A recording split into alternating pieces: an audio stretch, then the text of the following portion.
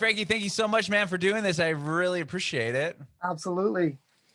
Yeah, so this is all about you, man. It's this Oh podcast no. is about your journey in music and how you got to where you are now, and of course, we'll talk about your brand new song as well. Amazing. Very cool. Let's do it. So, are you from New York originally? I am born and raised my whole life. Tell me about that a little bit. Well, I always tell people I being like now I don't love it as much because it's so hectic and you know what I mean? Like I love Sure. to be like somewhere quiet, but like I love if I had kids, I would say like I would want them to live in New York and be born in New York because it's just a different lifestyle and everything is fast and you just learn at a young age like how to hustle and um I feel like a lot of my journey and my motivation and push, comes from the way that I was raised and where I was born, and a lot of that has to do with being from New York. So Sure, sure. Were you in the city? So yeah, there was there like I'm sure you were just like immersed in music. I was actually born in Brooklyn, and no, I was not immersed in music. Oh, really? My dad is a retired fireman, and my mom was a medical assistant. Nobody in my family is involved in the entertainment industry, has nothing to do with it. The only thing that I was immersed in music was that my mom loved music, and so when I was in the car, we were always listening to disco music and music from the 80s, and so I always grew up knowing a lot of music. So people always ask me like, how do you know this song, like this Motown record or this or that? It's because that's the kind of music that was always being played when you know I was at my house or in the car. But besides that, no musical background. Oh, wow. Okay. Did you? What about piano lessons or anything like that growing up? Yeah, so I took piano lessons when I was in young, like 10, 11. I stopped because my grandma had passed away and my mom was her Oh, caretaker. And when she was taking care of her, like she couldn't keep up with all the things that I was doing. obviously, So yeah. I can play very little. Like I never play for anyone, but like, I do like I could do my warm-ups on there. That's about it. Okay, so vocals are really your thing, and obviously choreography and dancing. Yes. So I started dancing at around 11, 12. My mom put me in an all boys hip hop class secretly because Okay, my my kids, dad, my kids in hip hop, but or that's so my funny. 4-year-old's in hip hop class. Yeah, because my dad was like not having that back then. Because I played sports my whole life, but my mom thought that like, I had this ability, so she put me into this class, and that's from there. That's literally kind of how everything happened. And then I started doing vocal lessons, and I did a lot of like local, like my school plays and stuff, and theater. And then I've never stopped since. Sure. Well, tell me kind of how the progression went. Like, were you like in musical theater in high school and stuff, or like, Yeah, okay, yeah, when I started doing musical theater around the eighth grade, and then I did it all throughout high school, and then I auditioned to be in a boy band when I graduated high school, and that's what led me into this pop music world, and um, yeah, because you were in WoW, that's right? Wasn't basically that led me, yeah, what's led me to this point right here. wow? Okay, so tell me if you don't mind talking a little bit about it, but like, so how do you audition to get into this boy band, and how did you find this audition? Like, how did this happen? Yeah, I mean, I would MySpace. imagine you don't have like a MySpace, really? Yes, MySpace. It was like an ad. Do you want to be the next Justin Timberlake? I was like, click. Of course I do. um, Wow. So you were yeah, one of many, I'm sure, that said, yes, I want to do yeah, I that. I was want to one be the of next. thousands, and I went in, and I was actually the first person to make the group. I sang and I danced for them. I got a call the next day. It's so funny because it's so difficult now, but how I started was like pure luck. I went on my first audition to be in a boy band, and I get the call the next day, and I sign a contract. Oh Um, my God. Is I'm that like, fast? why can't life be that easy now? Sure, sure. um, Wow. Okay. Well, did you have to like tell me a little bit about that audition process, if you I don't mind? Or were literally you was like, on a. I'll were you never waiting forget. in line I or? was waiting on the line. This guy walked over and he was like pointed at me and he told me to come upstairs. I was the first person to audition. Um, and I went up there. I sang. Oh my God, what song was it? Um, It was a boy band. I love the song. Cause I Want It All or Nothing by O-Town. Oh, sure. Okay. Yeah, I sang that, and you had to dance. I forget the song I danced to. Like I think like a Pitbull song or something that was popular. And the next day I got the call that I made the group. Wow, that must have been pretty exciting. I'm Yeah, it sure was crazy. It was that crazy. that is nuts. And And then my from world has been flipped upside down ever since. what was that phone call like? I'm sure you remember it. I was at Like, my friend's house. His mom had a chandelier. I was in like the mom's room because I was like trying to. They were all downstairs. I wanted a quiet spot, and I jumped up. And I remember I hit the chandelier, and all the things fell on me. um, and wow. yeah, and then it was like just surreal. I just remember like calling my family, and they were like, "What?" Like, and I had to get like an entertainment lawyer, to like look over this contract, and Sure. it's that's and it's been my life ever since, and it's a strange life, and not a lot of people can understand it because it is different.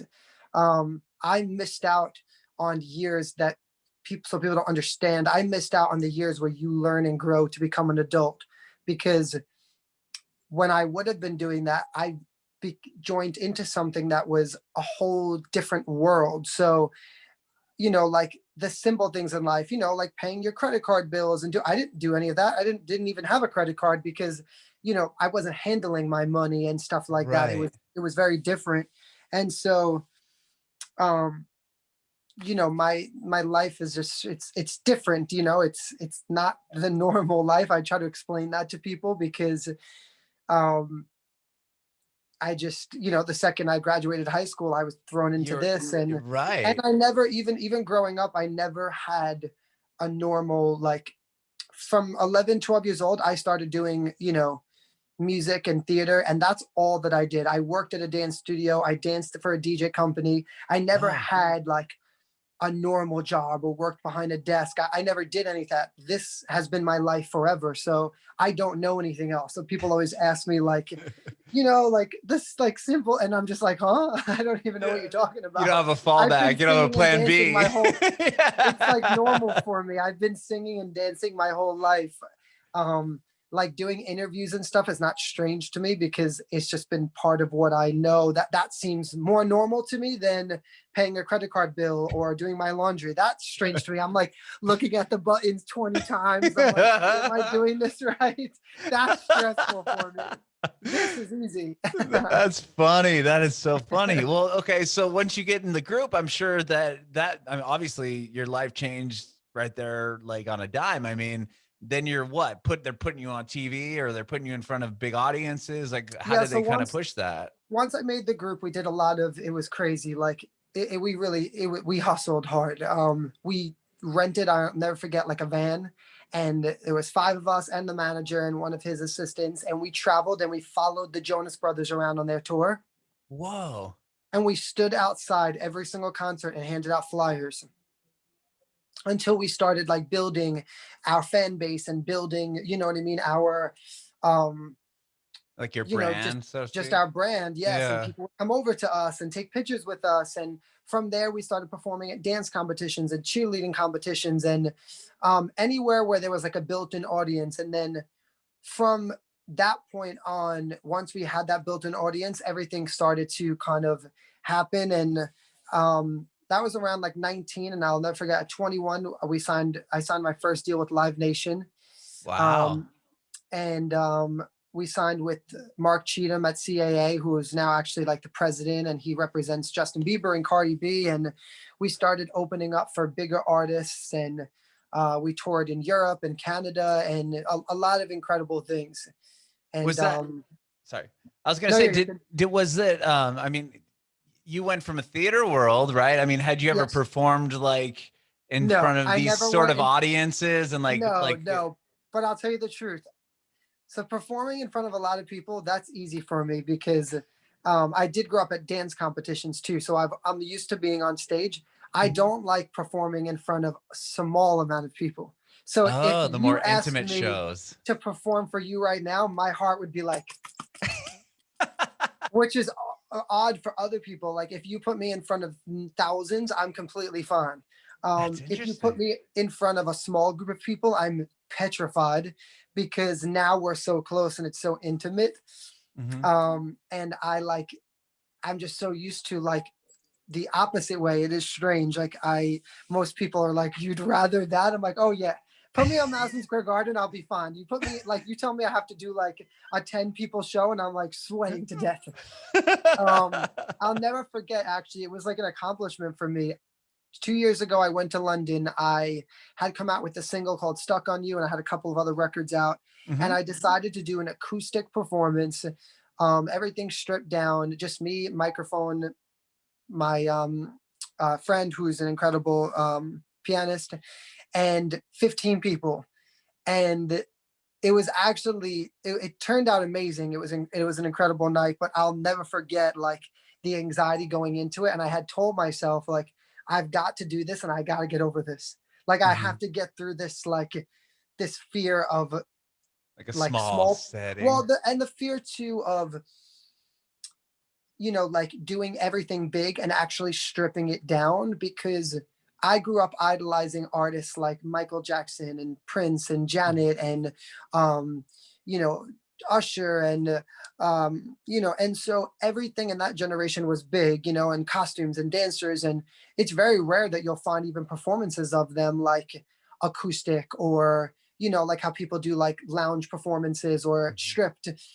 Um, that wasn't really like a popular like even like for artists like Britney Spears, and so now we're in a completely different time era, and performing acoustic and doing things like that is actually um, more normal than doing the bigger kind of performances because Mhm. most artists now are more, actually acoustic singers and stuff versus bigger performers. Mhm. And so I was like, I need to get over this fear because I'm gonna have to do this. Like I'm gonna have to perform for 15 people. I'm gonna have to do smaller things. I'm not Sure. just gonna be at Madison Square Garden tomorrow. And so once I did that, I actually like was like, all right, like I do it actually so much now. I'm always on my TikTok live and just Uh-huh. singing, in my basement, especially in quarantine, and singing in my room, and just realizing that I have to get over the perfectionism, and not everything is going to be done up and Uh-huh. perfect because that's what I personally want. But I've Right. learned that people actually don't want it as much. Even like I'll post like a video, I'll always notice, and I think it's amazing. And it's like a costume and the music is bumping, and I'll get so many comments like, "Would love to just hear you singing it like in a t-shirt, stripped, like Right. without any of this." And I'm like, "Why? Why do you want that? What is There's so something fun about about that?" the real, I think that's why TikTok became such a big app is because it's so real. It's like, hey, Yes, I'm just, here in my house. And I I mean, think I think what I always tell people is what I feel about it is what I always loved about music was that it the opposite of that. I loved the fantasy of it. mhm, I loved seeing something that looked like a dream or seeing things that you couldn't believe were happening.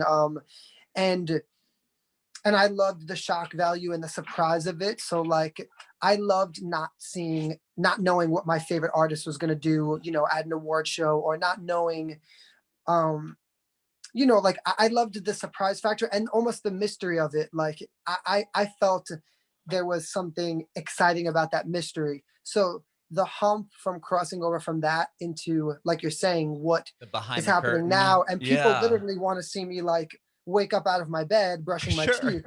And to me, I'm like, what is so good about that? Like you want to literally just see me brushing my teeth, like, It's like the and it's reality funny show fascination. You know what I because mean?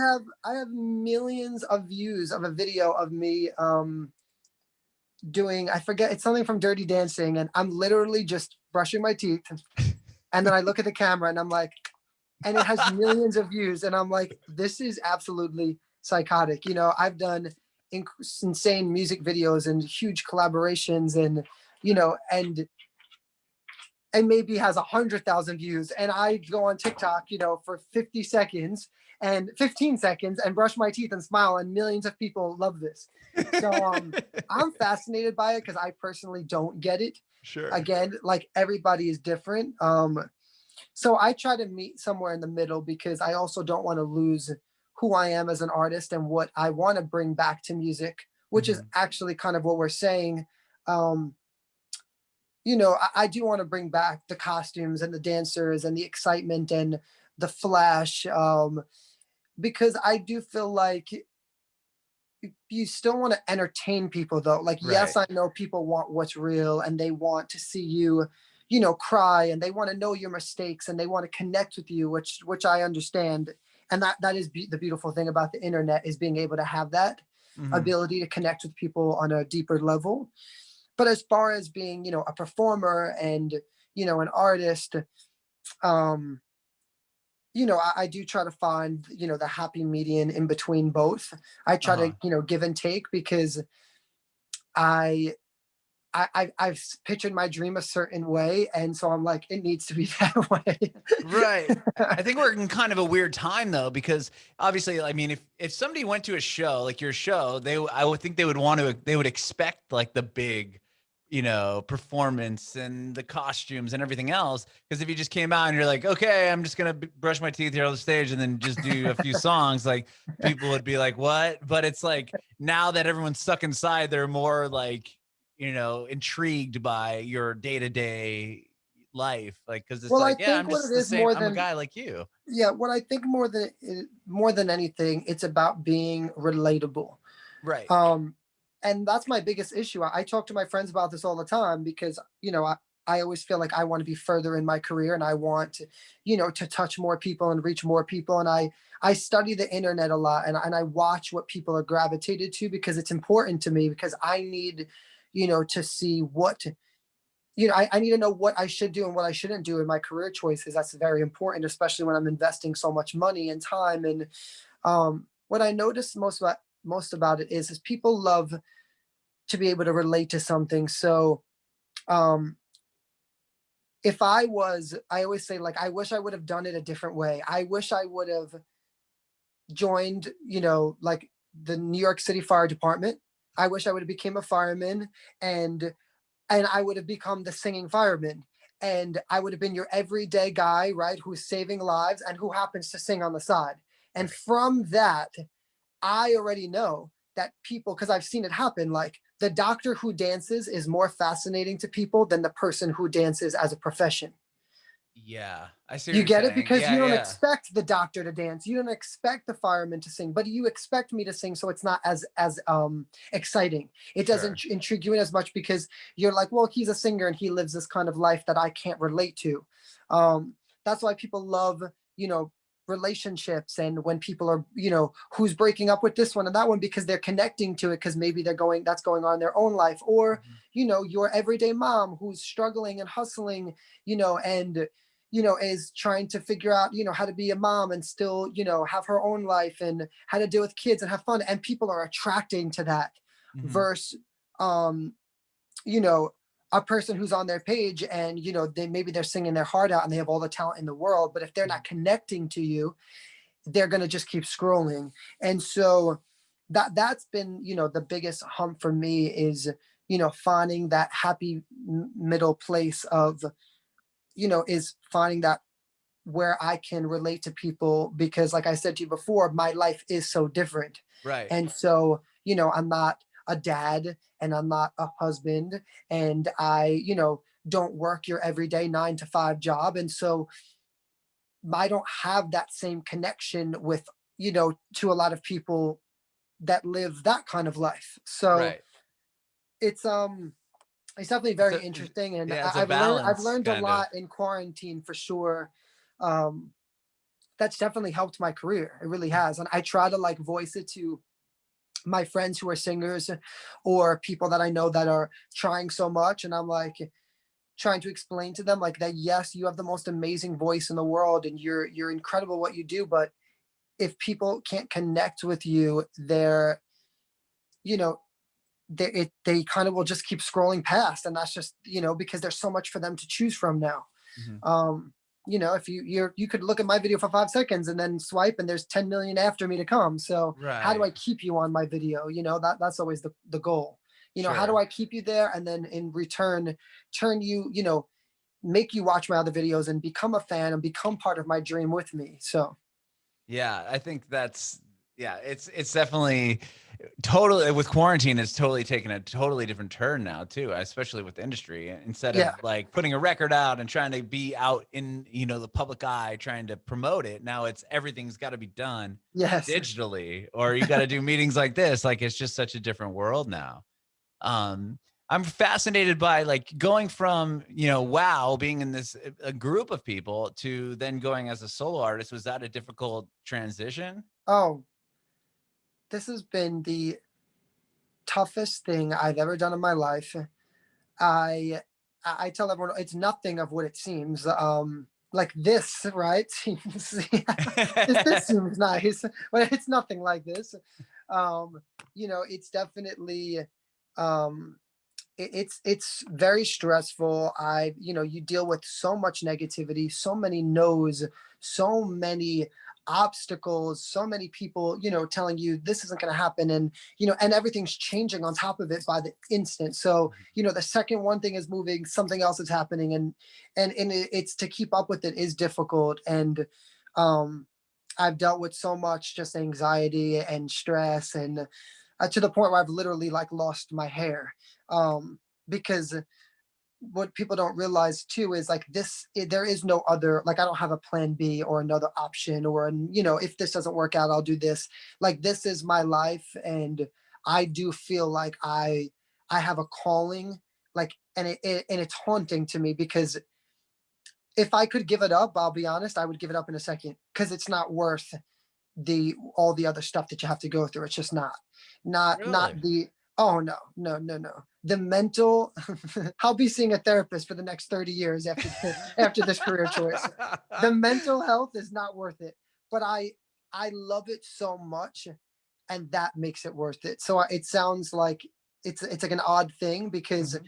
I tell people every day. I have two, nieces. My sister has, two little girls, and they're like, "Do you want them to do this?" I'm like, "I pray to God that they don't want to do this. I pray to God every day they don't want to do this. If they want to and they are obsessed with it and they love it as much as I do, I would support them 100%. But it's not worth it unless you truly, love it with every ounce of who you are, because I was willing to give up. That's what people don't. They see all of this, but they don't see everything that I gave up to get to this point. Sure. Like I've missed out on family birthday parties and weddings, and I've lost friends over the years because I don't have the time to hang out with people. I've every dollar that I've ever made, all of my jewelry that I have on is fake, because I sold all of my jewelry from when I was a kid to do my first two music videos right into gold. My family still asks me till this day, like, where's that cross that your grandma gave you? I was like, oh, I think it's in my room somewhere. I'm thinking like that thing has been melted years ago. Um, I've went into massive credit card debt, and like, Sure. things that I've never told people, because I'm always smiling through it and making it like everything is great and glamorous. Um, because at the end of the day, there's always worse problems, and people always have it worse than you. And, I'm not going to say that, you know, because I chose this. It's not like, it was something that I had to do. It was a choice. I chose to swipe that credit card till, it couldn't go anymore. And I chose to not go to this, and I chose to not be with my family for this. And I made those decisions. But, you've seen so many celebrities have such a dark story, and, like a lot of them have spoken up about it now. I know Right. a lot of Yeah. people have seen like Demi Lovato, and, Hmm. and so when you look at that, I always ask people, especially on TikTok, because everybody wants to be famous, no matter what anyone says, they do. Yeah. Of They course. want to be famous. Yeah. Everybody wants to live, the American dream and have everybody love them. And I actually, that's where people mistake what I want. That comes with my dream. Like I want to perform for millions of people. I want to perform at Madison Square Garden, and I want to sing at the Super Bowl, and I want to, have the whole world singing these songs with me. But I don't actually want the other part of it. Like I don't want to have to walk around and have no privacy, and I don't want my whole life constantly being, observed by people, and every mistake you made is, seen and picked apart, and every word that you say, I could say something on this and you could flip it and put it in another sentence, and it could be look like I'm the Right. worst person in the world, Of right? course. And Yeah. And that's the Which I would part never that, do to you, by the way. thank you. That's the part of social media that I always wonder, like when I'm scrolling and I'm seeing this, not to be mean, but a lot of the people that want this fame, they don't want it because they're talented. They don't have a talent. Like they're not a singer or a dancer or, or an actor, an actress. A lot of people are just normal people who are Right. becoming, creators, like, and they want to live like the Kardashians, and Hmm. become famous, by being socialites, or you know what I mean. I To me, I'm always just like, oof, you don't know what you're getting yourself into, because it's a very dark, dark, dark world. And I honestly genuinely do it because I love it so much, And and you're very because talented my at it dream. to boot, you know what I mean? It's not Thank you. like I you're not and also good. because I've worked way too fucking hard to let it go at this point. Right. Well, I want to get back to your music real quick because I love what you're doing. I'm curious Thank where you you. were when this whole coronavirus thing hit. Because speaking of stuck on you, you said you had to do that really intimate performance, and that was terrifying. And like, I mean, like what you were probably going out and doing big shows, and then this virus hits, and your whole I career and was mind shift I had its I switch. planned on going to Europe for 6 months before this virus hit, and I was meeting with a huge agency to open up for huge, huge artists. I was in Europe for I had everything set up. I was going to be there for 6 months. I was going to record there. I was going to go on tour there. I go for 1 week, 7 days. And on the fifth day, my sister calls me and tells me that I have to come home. And I'm like, no, no, no, no, no, no, no, no, no, no, no. That's not happening. Like, we're not doing this shit. And I didn't do it. I didn't come home. I kept being like, this is still a hoax. Like, I don't care. I'm not doing it. I'm staying. On the seventh day, they were literally shutting down flights, banning everything. Oh, right. And my family was like calling me like hysterical, crying. Like, if you don't come home today, you're not coming back here. Like, they're not gonna let you come back. Yeah, people were Um, super scared about that because they're like, we're closing the border down. yeah, Sorry. and Like, I just remember breaking down. I was hysterical, crying, and getting onto the plane and coming back home. And I made a promise to myself when I got back the day after, and I said I could either say "woe is me" for how long this is gonna be, or I can make shit happen and figure this out another way.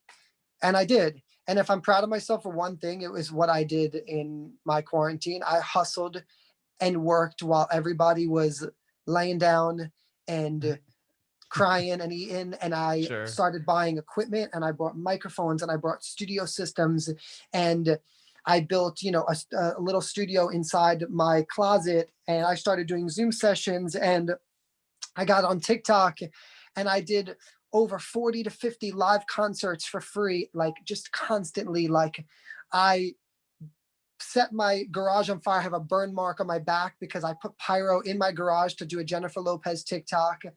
Um, I got noticed by some of the biggest celebrities, Yeah. during, this year. Which is Um, incredible. I mean, just looking at and the names that have, and Janet Jackson and Paula Dul, and yes, like, I mean, that's insane. I set my mind to something, and it worked, and I did it strategically. People didn't realize I was doing it strategically, but I was. And I resold. I had merch. When I tell you I've had merch for 10 years, right? Hmm. I sold more merchandise in one day this year than I did in the previous 10 years combined. I sold out of. Wow. I sold out of. First sold out of all of my merch that I had never sold before, and then I made new merch in between. Uh-huh. Um, I built my numbers from 50 followers to 700,000. That's And insane. I just literally, I worked really, really hard. I did things very specifically. I waited for the right time to, I purposely didn't release any music because I knew I couldn't perform the song. So I only remade covers. But while I was remaking the covers, I was making new music, um, and just putting everything into a folder and saving everything and rebuilding my brand. And um, it was crazy, and it changed my life. So So yeah, I mean, so yeah, because it looks like you've done quite a few covers. I'm looking at your Spotify, but now you have a new song. Like you're ready to start releasing music again, Yeah, right? because well, the thing is, and people will always say like, you gotta stop doing covers and this and that, and I'm like, it's part of my plan. Trust me, Right. because I don't want to release a new song, and this is again, why release an original record as an independent artist if you don't have fans? Because my point is, you're not going to get them. People aren't going to miraculously type in a name that they don't know. They're not going to type in a name of a song they don't know. The chances of your song going viral, could happen, but it's 1%. It's not really realistic. Right. So I wanted to wait for the right time. I wanted to build everything enough and build the hype, before I release something and make sure that it was done right. And I knew that this was the time, and I had made people wait enough, and everybody is so excited and they're like dying to hear it. And I'm like, it's time to give them this music. And so I I had a lot of songs to choose from. It was a hard pick. But Yeah. I'm like, which one's going first? And I am so excited about it. I have a artist that I collaborated on the record with. Her name is Yeah. MELII. And tell me And how did you guys link up, and was it done via Zoom? Like was the song written yeah, like this? so what happened was I had this record, right? And again, I was trying to be smart because this being smart is a new thing for me. I usually make dumb decisions, just so you know. Um, and I look at things in a realistic way. And that's why I always try to tell people. People will say, don't be negative about this. Some of being negative, I'm being realistic. I'm a male pop artist. And if you go look at the charts, you're going to notice that most of the records charting, a lot, at least the popular ones, even if you go on TikTok, is going to be a lot of hip hop and rap. That is popular right now. People love that. And so, on top of me being, a male pop artist who sings and dances, which could to some people already look slightly cheesy, if they look at it that way, because I am old school. So um, I was like, I'm not going to put out this record unless, I feel like I add a stamp on this to take it to the next level, because I need to get more people. I need to I need to open my brand even more. I need to reach, a younger audience as well. And so I had told my managers and stuff that we needed a feature. I was not putting a record out without a feature. I just wasn't doing it. And so we went through so many people, so many artists, and some people turned it down, and some people weren't available. Some people were just way too expensive. um, and they had sent me MELII's Instagram page. They're like, do you know this artist? Like, I've heard of her before. I don't really know much about her. I went on her page and I was like, wow, like she really is, like, she has a great vibe for this record that I was putting out. Like I could tell like her energy and stuff. Like she reminds me of like Cardi B meets Rihanna. And that's like what was intriguing to me about it.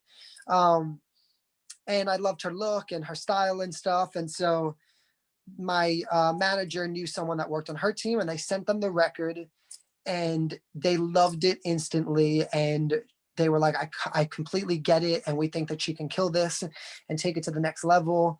um, and I just remember being like, yeah, like that's it, let's do it, because everything to me is about just a feeling. So if I send you my stuff, right, and you're kind of like about it, but you come back to me 2 weeks later and then you're excited, I'm not sure if I want to do the deal, because I work upon a passion and a feeling. And so, like, if I walk into a record label meeting, I want them to love me instantly. I don't want to have to fight for them to love me, because they're Mhm. not going to push me as hard then, because I'm not going to be their number one, because they're not going to have that burning passion to watch me succeed. You know what I mean? If they feel Sure. like they're doing me a favor. And so the feature, the having a collaboration on the record was important, that the person loved it as much as I did, because I want them to push it and believe in it, as much as I do. Mhm. And so that's what sold me instantly, was that they got it. They got the idea and the vision that I had for it. And then when they sent me back the verse, I just lost my mind, because I felt like it took my record from here to here. And of course, that's the goal, is to Uh-huh. make it better. Um, and just super grateful. We shot the video in LA, and I love it the came out. video. I've had a chance to see Oh, it. you saw it? Yeah, I was gonna see if you can, yeah, like, Yeah, it's rad. It's really rad. Thank you. And so I wanted to do like a 2000s inspired, like Missy Elliott, Puff Oh, Daddy kind totally of Missy thing. Elliott. Oh yeah. Yes, Okay. that was my inspo. And actually, the version you have, I think I lost you. Can you hear me? Yeah, I can hear you. Yeah. The version I have, the version you have, I made like three small edits. I'm waiting to get them back, but it is very Oh, simple okay. because I'm psychotic. That's really why. Because I see the smallest things. I'm like, we need to fix that little second. They're like, why? I'm like, because I can't look at it now. Yeah, But yeah, I'm right. super excited about the video release, and I just hope that people love it as much as I do, and that and that my fans love it. Because at the end of the day, that's why I do what I do, is for my fans and the people who are going to come watch me and listen to me. When I'm in the studio, I think about that. I think about them. What do they want? Um, because that is who I'm gearing towards. Or it's people. I want people to sing and dance with me at the end of the day, and make them happy. I love it. Well, the video is so dope. The song is dope. And I can't wait to hear the rest of the songs that you have. I mean, you said that you've got a plethora I do. ready to release over the quarantine. So I can't wait, man. And I really appreciate you doing this. I do have one more question for you, even though Yes. you've been spouting so many amazing gems throughout this entire conversation. But do you have any advice for aspiring artists? Yeah. Oh my God. Of course. Um, I would say stay true to yourself. I made a lot of mistakes with that. You got to sell who you are, but you also do have to not be stubborn. Listen to people that have done it before. Take their opinions into consideration. Always know that there is someone better than you. There is someone working just as hard as you. Um, so it's just to stay humble and remember why you chose to do this in the beginning. I always look back at like myself as the 12-year-old kid that, this chubby kid on stage, singing in musical theater that, had this dream to entertain the world. And it's important for me to remember that person and who I was, because um, it keeps you level headed, and then it keeps you focused, and it also makes you appreciate the thing, what we do have and how far I am. And though I'm not where I want to be yet, look at the amazing people that I'm getting to work with, and the people that I'm able to do interviews with, and the opportunities that are handed to me. um it's still a gift and a blessing. And so I would just say to anybody that's going on this journey, and just to love it with everything you have, and always remember it's about the people, it's about the fans. At the end of the day, a person sitting behind the desk is not buying your record, they're not buying your t-shirt, they're not coming to see you perform. And so people always ask me what my biggest trick was. It wasn't really a trick. I always told people I'm not going to let a music executive, one person sitting behind a desk, tell me what my fate and my destiny is. Because it's just one person's opinion, and you're going to get a lot of no's before you get one yes. And so focus on your brand, and focus on touching people's lives, and focus on connecting with your fans, and letting them know that you appreciate them, um, and doing things with them to keep them engaged and to keep them excited about what you're doing, and share your journey with them and share your mistakes, because it's inspiring to people. If I know that someone that I idolized, or one of my artists that I looked up to, was maybe going through the same thing that I did, or had you know the same disappointments, and it makes me feel better, because it makes me feel like I can do this. You know what I mean? Like, if they did it, I can do it too. And so um yeah, that would definitely be my advice to anybody at the end of the day, is to, it's always about the people, and that's why we do what we do, right? Like, I sacrifice my happiness sometimes to bring joy to thousands of other people. And so and it sounds like a crazy line, and it's strange, but it is also rewarding, because I have a box sitting, you can't see it, but it's over here. I have a box of thousands of letters, boxes everywhere, and I could actually show you like some one thing that my fans have made me. It's a picture of me with Oh, all of my wow. like thousands of fans on it. And That is dope.